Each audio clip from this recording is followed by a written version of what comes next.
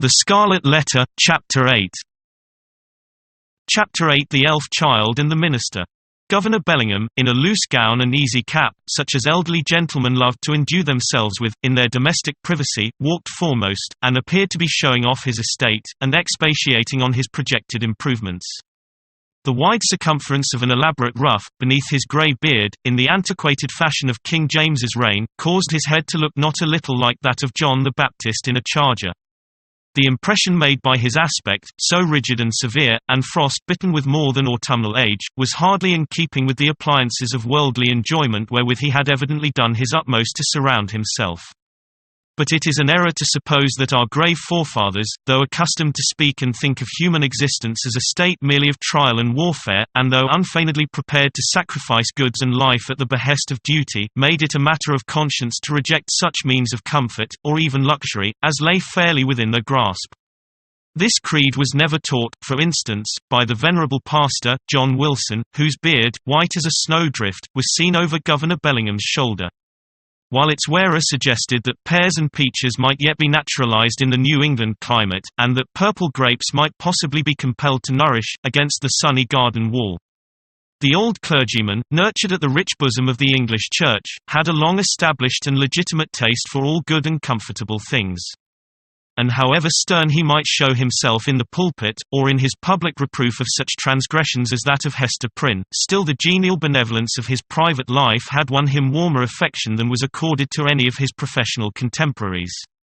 Behind the governor and Mr. Wilson came two other guests, one the Reverend Arthur Dimmesdale, whom the reader may remember as having taken a brief and reluctant part in the scene of Hester Prynne's disgrace. And, in close companionship with him, old Roger Chillingworth, a person of great skill in physic, who, for 2 or 3 years past, had been settled in the town. It was understood that this learned man was the physician as well as friend of the young minister, whose health had severely suffered, of late, by his too unreserved self-sacrifice to the labours and duties of the pastoral relation. The governor, in advance of his visitors, ascended 1 or 2 steps, and, throwing open the leaves of the great hall window, found himself close to little Pearl. The shadow of the curtain fell on Hester Prynne, and partially concealed her. "What have we here?" said Governor Bellingham, looking with surprise at the scarlet little figure before him. "I profess, I have never seen the like, since my days of vanity, in old King James's time, when I was wont to esteem it a high favour to be admitted to a court masque. There used to be a swarm of these small apparitions, in holiday time, and we called them children of the Lord of Misrule. But how gat such a guest into my hall?" Indeed," cried good old Mr. Wilson. "What little bird of scarlet plumage may this be?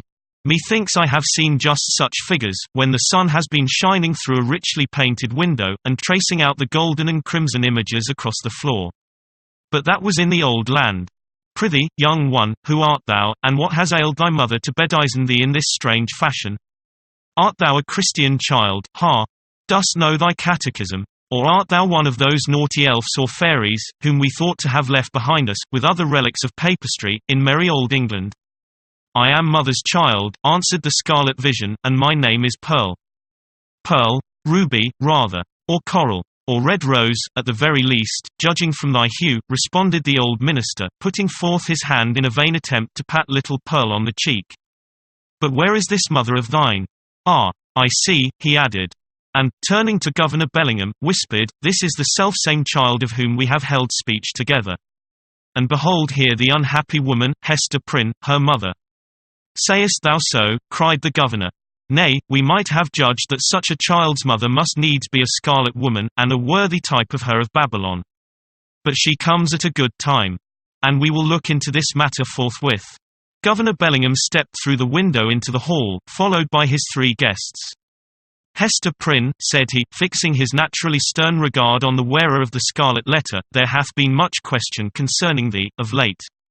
The point hath been weightily discussed, whether we, that are of authority and influence, do well discharge our consciences by trusting an immortal soul, such as there is in yonder child, to the guidance of one who hath stumbled and fallen, amid the pitfalls of this world. Speak thou, the child's own mother. Were it not, thinkest thou, for thy little one's temporal and eternal welfare that she be taken out of thy charge, and clad soberly, and disciplined strictly, and instructed in the truths of heaven and earth? What canst thou do for the child, in this kind? "I can teach my little Pearl what I have learned from this," answered Hester Prynne, laying her finger on the red token. "Woman, it is thy badge of shame," replied the stern magistrate. "It is because of the stain which that letter indicates, that we would transfer thy child to other hands." "Nevertheless," said the mother, calmly, though growing more pale, "this badge hath taught me, it daily teaches me, it is teaching me at this moment, lessons whereof my child may be the wiser and better, albeit they can profit nothing to myself." "We will judge warily," said Bellingham, "and look well what we are about to do. Good Master Wilson, I pray you, examine this Pearl, since that is her name, and see whether she hath had such Christian nurture as befits a child of her age."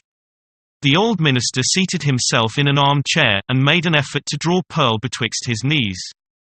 But the child, unaccustomed to the touch or familiarity of any but her mother, escaped through the open window, and stood on the upper step, looking like a wild tropical bird, of rich plumage, ready to take flight into the upper air. Mr. Wilson, not a little astonished at this outbreak, for he was a grandfatherly sort of personage, and usually a vast favourite with children, essayed, however, to proceed with the examination. "Pearl," said he, with great solemnity, "thou must take heed to instruction, that so, in due season, thou mayest wear in thy bosom the pearl of great price. Canst thou tell me, my child, who made thee?" Now Pearl knew well enough who made her. For Hester Prynne, the daughter of a pious home, very soon after her talk with the child about her heavenly Father, had begun to inform her of those truths which the human spirit, at whatever stage of immaturity, imbibes with such eager interest. Pearl, therefore, so large were the attainments of her 3 years' lifetime, could have borne a fair examination in the New England Primer, or the first column of the Westminster Catechisms, although unacquainted with the outward form of either of those celebrated works. But that perversity which all children have more or less of, and of which little Pearl had a tenfold portion, now, at the most inopportune moment, took thorough possession of her, and closed her lips, or impelled her to speak words amiss. After putting her finger in her mouth, with many ungracious refusals to answer good Mr. Wilson's question, the child finally announced that she had not been made at all, but had been plucked by her mother off the bush of wild roses that grew by the prison door. This fantasy was probably suggested by the near proximity of the governor's red roses, as Pearl stood outside of the window. Together with her recollection of the prison rose bush, which she had passed in coming hither. Old Roger Chillingworth, with a smile on his face, whispered something in the young clergyman's ear. Hester Prynne looked at the man of skill, and even then, with her fate hanging in the balance, was startled to perceive what a change had come over his features, how much uglier they were, how his dark complexion seemed to have grown duskier, and his figure more misshapen, since the days when she had familiarly known him. She met his eyes for an instant, but was immediately constrained to give all her attention to the scene now going forward. "This is awful," cried the governor, slowly recovering from the astonishment into which Pearl's response had thrown him. "Here is a child of 3 years old, and she cannot tell who made her. Without question, she is equally in the dark as to her soul, its present depravity, and future destiny. Methinks, gentlemen, we need inquire no further." Hester caught hold of Pearl, and drew her forcibly into her arms, confronting the old Puritan magistrate with almost a fierce expression. Alone in the world, cast off by it, and with this sole treasure to keep her heart alive, she felt that she possessed indefeasible rights against the world, and was ready to defend them to the death. "God gave me the child," cried she. "He gave her in requital of all things else, which he had taken from me. She is my happiness. She is my torture, none the less. Pearl keeps me here in life. Pearl punishes me too. See ye not, she is the scarlet letter, only capable of being loved, and so endowed with 1,000,000-fold the power of retribution for my sin. Ye shall not take her. I will die first. My poor woman," said the not unkind old minister, "the child shall be well cared for. Far better than thou canst do it. God gave her into my keeping," repeated Hester Prynne, raising her voice almost to a shriek. "I will not give her up," and here, by a sudden impulse, she turned to the young clergyman, Mr. Dimmesdale, at whom, up to this moment, she had seemed hardly so much as once to direct her eyes. "Speak thou for me," cried she. "Thou wast my pastor, and hadst charge of my soul, and knowest me better than these men can. I will not lose the child. Speak for me. Thou knowest, for thou hast sympathies which these men lack. Thou knowest what is in my heart, and what are a mother's rights, and how much the stronger they are, when that mother has but her child and the scarlet letter. Look thou to it. I will not lose the child. Look to it." At this wild and singular appeal, which indicated that Hester Prynne's situation had provoked her to little less than madness, the young minister at once came forward, pale, and holding his hand over his heart, as was his custom whenever his peculiarly nervous temperament was thrown into agitation. He looked now more careworn and emaciated than as we described him at the scene of Hester's public ignominy. And whether it were his failing health, or whatever the cause might be, his large dark eyes had a world of pain in their troubled and melancholy depth. "There is truth in what she says," began the minister, with a voice sweet, tremulous, but powerful, insomuch that the hall re-echoed, and the hollow armour rang with it, "truth in what Hester says, and in the feeling which inspires her. God gave her the child, and gave her, too, an instinctive knowledge of its nature and requirements, both seemingly so peculiar, which no other mortal being can possess. And, moreover, is there not a quality of awful sacredness in the relation between this mother and this child?" How is that, good Master Dimmesdale?" interrupted the governor. "Make that plain, I pray you." "It must be even so," resumed the minister. "For, if we deem it otherwise, do we not thereby say that the Heavenly Father, the Creator of all flesh, hath lightly recognized a deed of sin, and made of no account the distinction between unhallowed lust and holy love?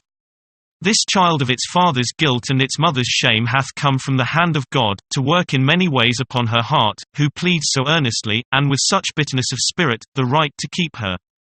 It was meant for a blessing, for the one blessing of her life. It was meant, doubtless, as the mother herself hath told us, for a retribution too. A torture to be felt at many an unthought of moment. A pang, a sting, an ever-recurring agony, in the midst of a troubled joy. Hath she not expressed this thought in the garb of the poor child, so forcibly reminding us of that red symbol which sears her bosom?"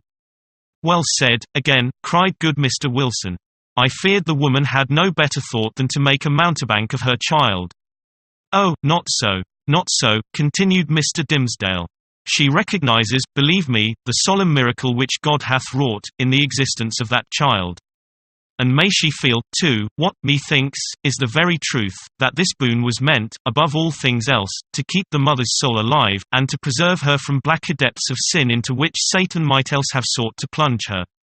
Therefore it is good for this poor, sinful woman that she hath an infant immortality, a being capable of eternal joy or sorrow, confided to her care, to be trained up by her to righteousness, to remind her, at every moment, of her fall, but yet to teach her, as it were by the Creator's sacred pledge, that, if she bring the child to heaven, the child also will bring its parent thither. Herein is the sinful mother happier than the sinful father. For Hester Prynne's sake, then, and no less for the poor child's sake, let us leave them as Providence hath seen fit to place them." "You speak, my friend, with a strange earnestness," said old Roger Chillingworth, smiling at him. "And there is a weighty import in what my young brother hath spoken," added the Reverend Mr. Wilson. "What say you, worshipful Master Bellingham? Hath he not pleaded well for the poor woman?" "Indeed hath he," answered the magistrate, "and hath adduced such arguments, that we will even leave the matter as it now stands. So long, at least, as there shall be no further scandal in the woman.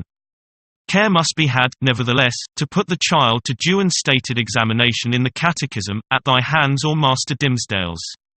Moreover, at a proper season, the tithing men must take heed that she go both to school and to meeting."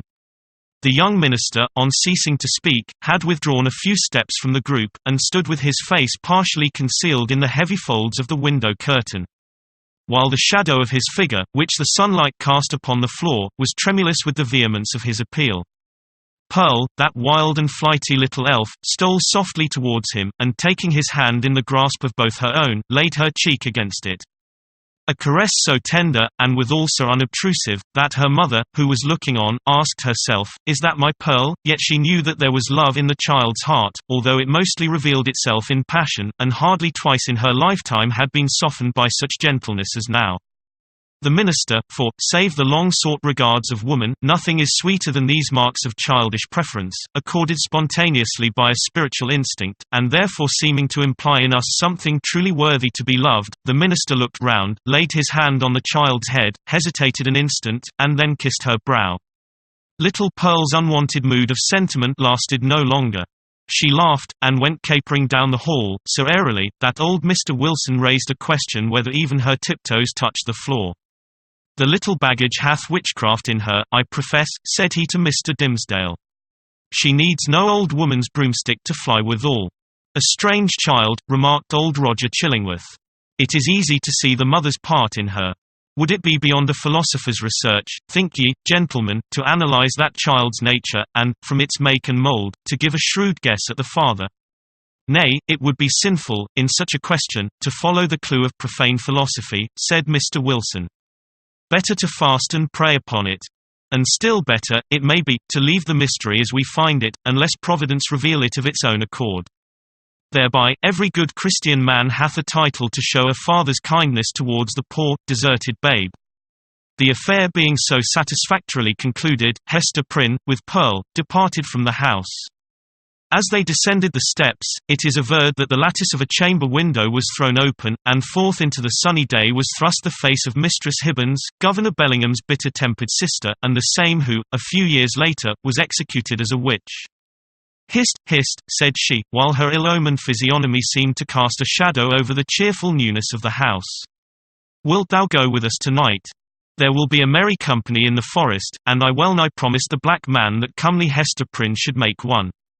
"Make my excuse to him, so please you," answered Hester, with a triumphant smile. "I must tarry at home, and keep watch over my little Pearl. Had they taken her from me, I would willingly have gone with thee into the forest, and signed my name in the black man's book too, and that with mine own blood." "We shall have thee there anon," said the witch lady, frowning, as she drew back her head. But here, if we suppose this interview betwixt Mistress Hibbins and Hester Prynne to be authentic, and not a parable, was already an illustration of the young minister's argument against sundering the relation of a fallen mother to the offspring of her frailty. Even thus early had the child saved her from Satan's snare.